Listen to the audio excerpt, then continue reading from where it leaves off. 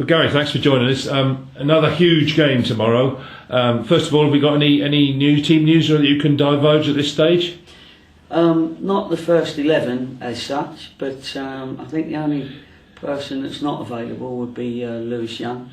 Everybody else is available for selection. Right. Obviously, Jamie McAllister's got the second game of his suspension, but you know, we think we're putting out a team that can entertain, and we hope to do that tomorrow in what is, as you say, a massive game. This is I've said it before, this is a proper playoff game, because if we can win the game, we can put Walsall behind us.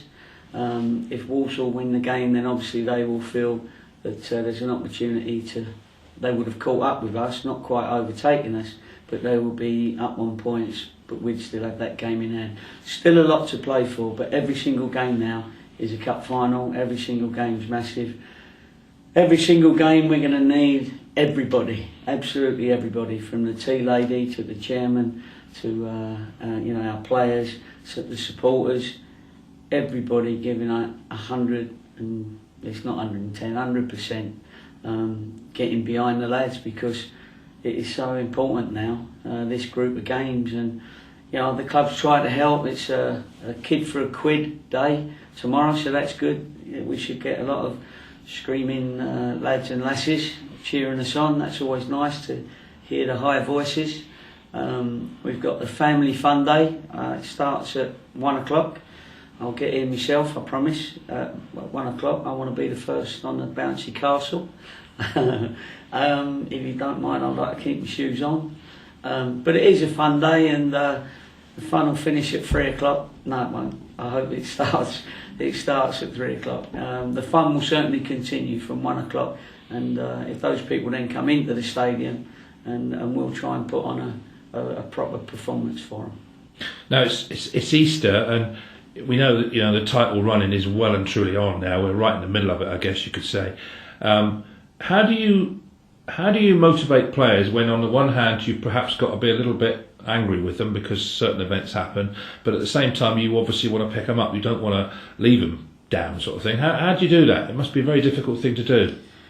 Well, they've got to believe that you're doing it for the right reasons. You know, if you smack your kid because he was just about to walk out into the road, you'd like to think that your kid, you know, understands that you're doing it for the right reasons, sort of thing. And you know, I've been with this group, many of this group now all season, and they know I'm trying to help them, as well as this club, get to the next level.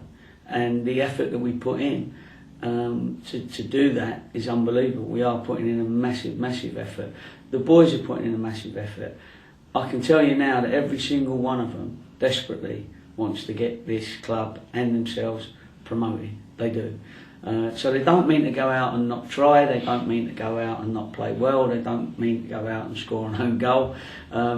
You know, so you have to be careful, but professionally you have to say if somebody's lost their focus, lost their concentration, made the same mistakes that you've talked about before, that's when you get the ump a little bit. But they know that you're doing it for the right reasons, and you're doing it because you genuinely want, as a manager, want them to do well. And so they've got to be able to trust you. So if you're screaming in their ear, they've got to be thinking, he's trying to help me. Now, the loan transfer window shuts today.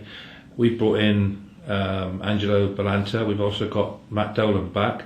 Can you give us your thoughts on those acquisitions and what they'll do for us in the run-in? Yeah, well, they're two great acquisitions. I mean, Angelo will definitely excite people. You know, he goes at opponents.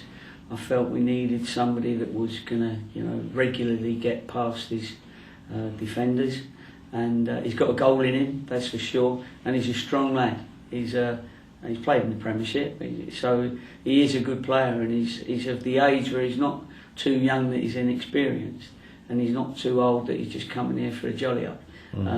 So we've caught him at the right time, and believe me, that is a fantastic signing for the couple of days before the deadline. And then Matty Dolan made contact with us because he said he was fit and he would like to come back. He wanted to be in and around the first team here.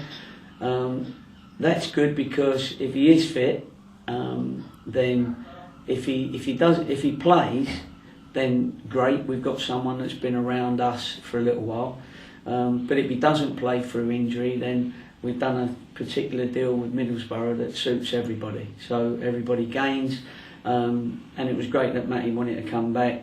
Middlesbrough want him, were happy for him to come back, and the finances were, very, very feasible, if you like. And so that was a good sign as well, because we know from the Sheffield United game that he's got a game in him, and we may need him along the way. In the case of Balanta, he lists himself as a striker and a left winger. Are you going to be playing him as a striker or a left winger? I mean, what's your thoughts? Well, it'll all depend on whether they still keep making the noise or not. It'll all be done all right. It'll depend on where we see him at any particular situation. I.e., if our strikers are injured, then I can play him as a striker. If our wide men are injured, then I can play him as wide men.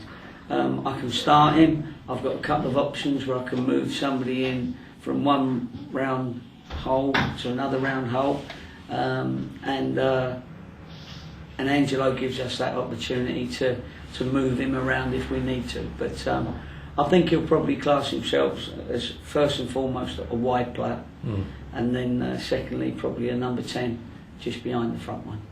Finally, Jamie McAllister, you mentioned him earlier. He's playing out, his last band match this tomorrow, Friday. What's the situation with injury? Is he making good progress? Yeah, he's actually been ill, which has probably been his biggest problem. But we hope and are pretty sure that knowing Jamie that he'll be fit for Monday's game at Notts County.